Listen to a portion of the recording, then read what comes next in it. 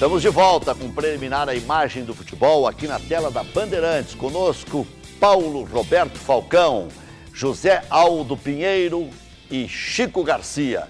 Com eles fazemos o programa deste sábado e tu sabes, aí em casa tu sabes, agora apelei para o gauchês aqui, quem usa muito o gaúcho é que usa muito tu.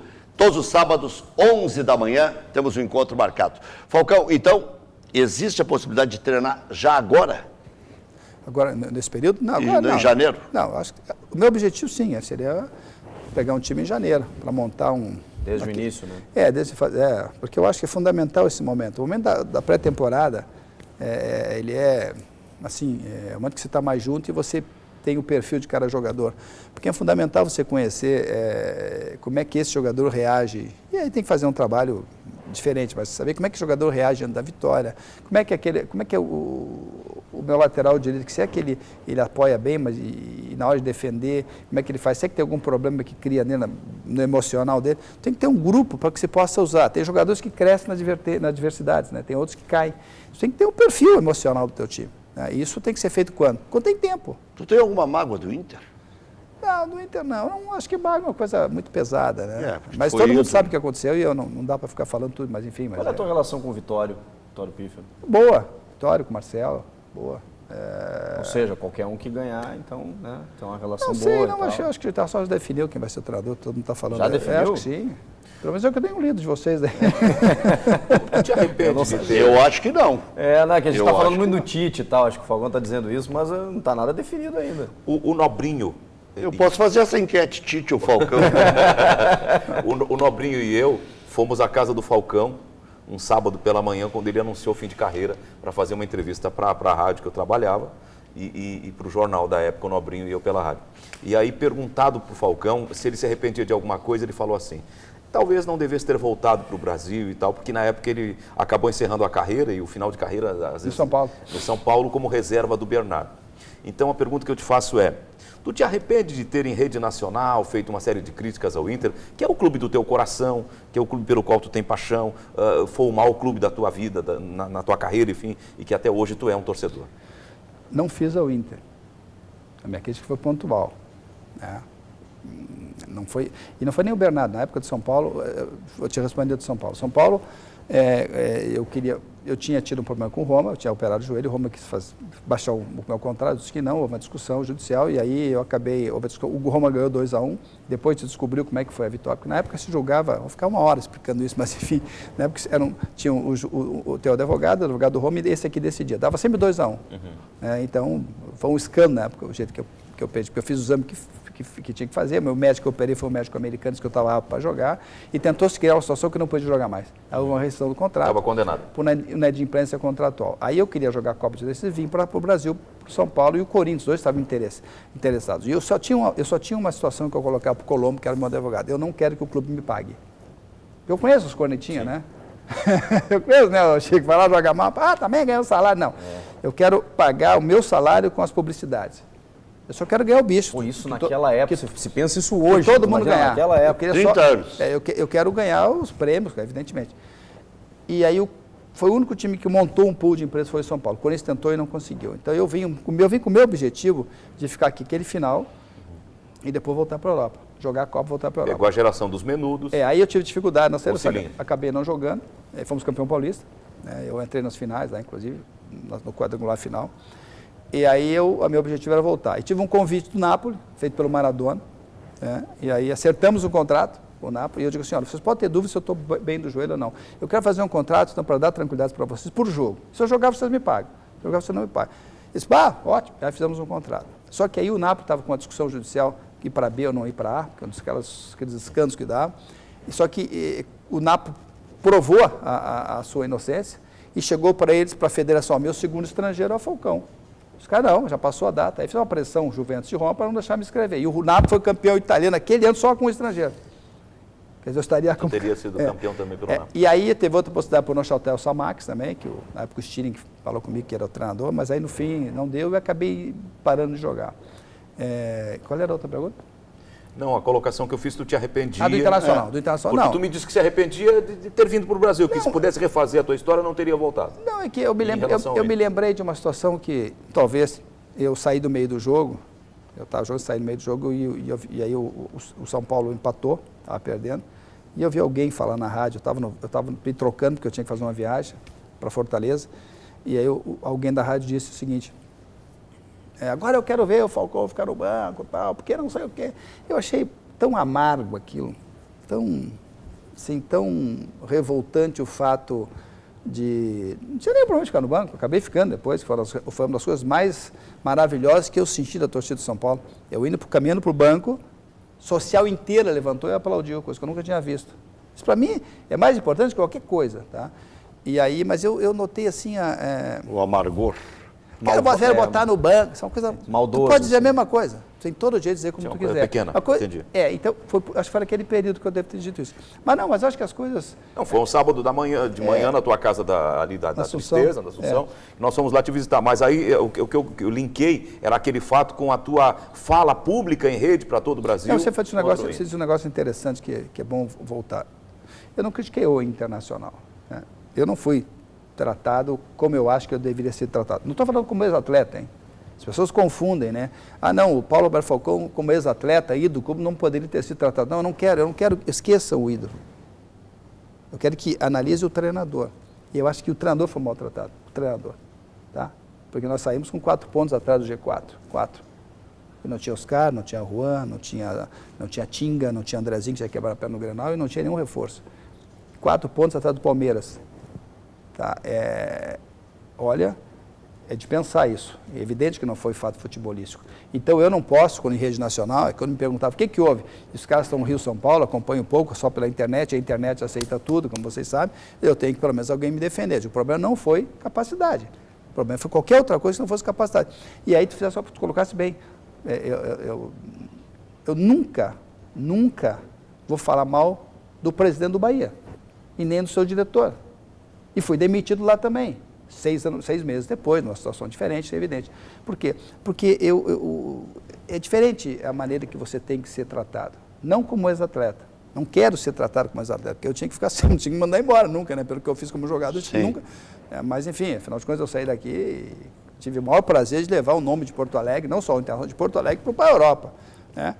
E você foi lá, o reconhecimento de Porto Alegre, o maior prazer ter levado o nome do Internacional. Eu fiz questão de levar o Internacional para fazer a minha estreia lá, fiz questão de levar o Internacional para fazer a minha estreia no São Paulo. Mas não estou falando disso como atleta, estou falando como treinador, né? O resultado que as coisas poderiam acontecer caso viesse dado os jogadores. E né? quase terminou o Grêmio, mas isso nós vamos contar depois. Vamos ver a vitória do Internacional sobre o Atlético Mineiro, a duras penas no final com o gol do Fabrício. Daqui a pouco nós vamos contar como é que o Zé Otávio Germano convidou o Falcão para trabalhar no Grêmio e acabou dando Tite na cabeça por indicação do Falcão, hein? Mas aí foi um jogo duro esse do Internacional, né? A duras penas essa vitória aí. Eu não vi, mas eu vi um pedaço do jogo, eu não vi no final. Eu vi o lance do pênalti, evidentemente. Um jogo muito complicado, o Atlético sempre teve espaço. Né? O time Atlético é muito rápido, né? Muito rápido. Isso falta muito para o Inter, né, Falcão? Porque a gente nota ali que o Inter tem jogadores de muita qualidade, especialmente no meio, mas falta aquela... Encontrou com o Sacha em determinado momento do ano, né? E quando perdeu o Sacha... Mas eu acho assim, eu acho que quando se fala em velocidade, às vezes as pessoas confundem. Velocidade não é jogador de velocidade. Velocidade é o ritmo, é a transição. Né? Claro que tem que ter jogador com fibras diferentes, na branca e vermelha, que são da velocidade e tal. Mas eu digo assim, o jogador tem que... É a transição, né? A velocidade, né? A velocidade que você chega na frente. Para isso, você tem que ter jogadores velozes na frente, mas a bola do meio também tem que sair com velocidade. E o time do Atlético tem isso, o time titular e o reserva. Esse jogador que fez o pênalti é um belíssimo jogador. Dodô, né? Dodô é um belíssimo jogador. Muito bom jogador. Ele está pronto para jogar amanhã o time do Atlético. E aí o Fabrício fez esse pênalti e depois se recuperou no final.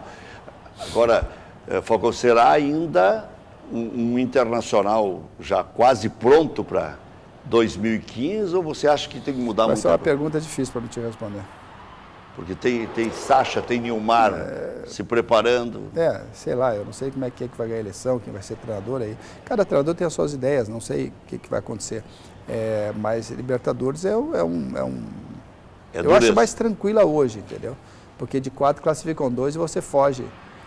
Você imagina, eu lembro quando a gente jogava Libertadores, você caía direto com o principal time. Quer dizer, hoje, então, se fosse feita a Libertadores como antigamente, tu caía de cara com o Cruzeiro. E de 4 passava 1, né? E hoje os principais inimigos da Libertadores são os brasileiros, né? Hoje os principais inimigos da Libertadores são os brasileiros e são os nomes dos times, a camisa. Claro, a camisa. Claro. Porque você não vai comparar o Boca da época de... Não, tanto que eles estão decidindo a Sul-Americana, né? Não a Libertadores.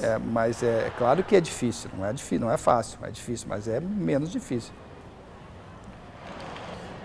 A gente está vendo um jogo que foi recente, mas existe uma coisa mais ampla que é a comparação de gaúchos e mineiros, que neste momento, nesta temporada, se sobrepõe não só aos gaúchos, mas aos cariocas, aos paulistas, mas na relação, nós, Rio Grande do Sul e Minas, fomos sempre tidos como, depois do eixo Rio-São Paulo, o que vem depois. E agora parece que os mineiros nessa relação conosco estão à nossa frente. Por que isso? O grande responsável por essa mudança, eu acho, na realidade, quando a gente era convocado para a seleção nos anos 70, 75, 76 e tal, pouco se ligava para o Rio Grande do Sul e para Belo Horizonte. Era muito Rio-São Paulo. Eu já disse isso várias vezes e não quer dizer, tinha muita concentração Rio-São Paulo. Pouco se olhava para o Rio Grande do Sul e muito menos para Minas. O Rio Grande do Sul começou a ser respeitado quando o Internacional foi bicampeão. E depois o Grêmio também começou a ganhar títulos importantes nacionais, aí começou a se respeitar demais. E lá também, quando o Cruzeiro começou a ganhar, e o Atlético. Mas foram 2 estados que conseguiram através de qualidade de jogo, mineiros e gaúchos. Hoje, Minas está já estava o ano passado, né? E esse ano também, grande momento do futebol mineiro, com 2 times que fizeram um trabalho adequado, a direção soube manter os seus principais jogadores, fez investimento. E se a gente olhar, você pega os times de cima, você pega o Cruzeiro, você pega São Paulo, você pega Corinthians, você pega Internacional, você pega quem mais? Atlético e Grêmio. São 5 times, Grêmio, que tem uma folha de pagamento respeitável. Hoje tem aquela história, tem que pagar pouco para treinador, né? E aqui eu estou falando como vice-presidente dos treinadores de futebol profissional da federação. O presidente é o Zé Mário ainda? Zé Mário é o presidente e somos 5 vices, né? Você tem que ter uma comissão competente, com um time competente. O preço passa a ser um detalhe. Se o pessoal for sendo competente, passa a ser um detalhe. Uma equipe de trabalho, né? Porque uma coisa é você entrar num estádio com uma comissão, num jogo, numa comissão de respeito. O cara que analisa o jogo, analisa o adversário. A arbitragem já vai olhar diferente. Sim.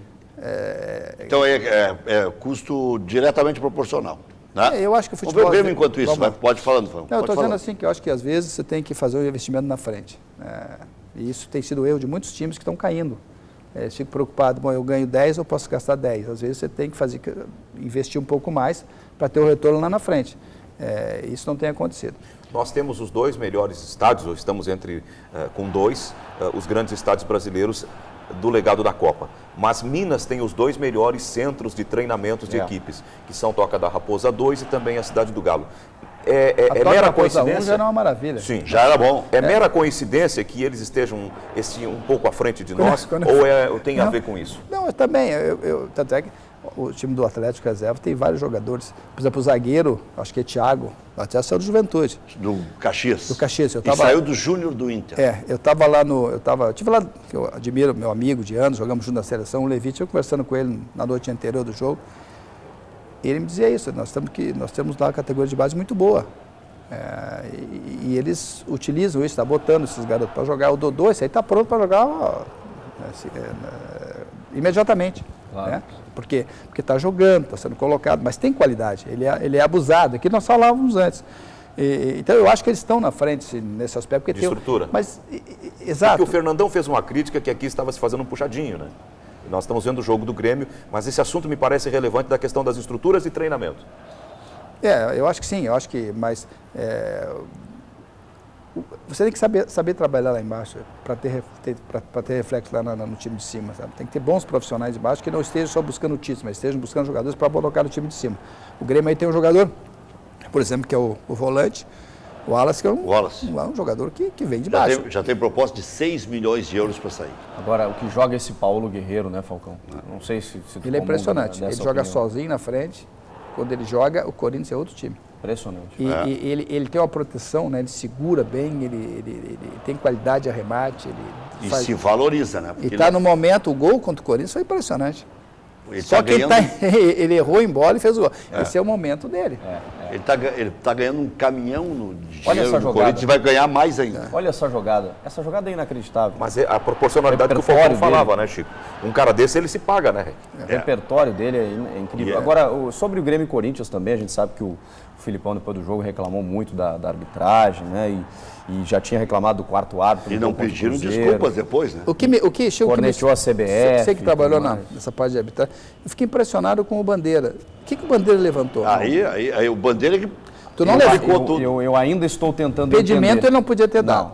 Não. Ele levantou porque ele viu alguma irregularidade. Porque ele levanta quando a bola bate no Fábio.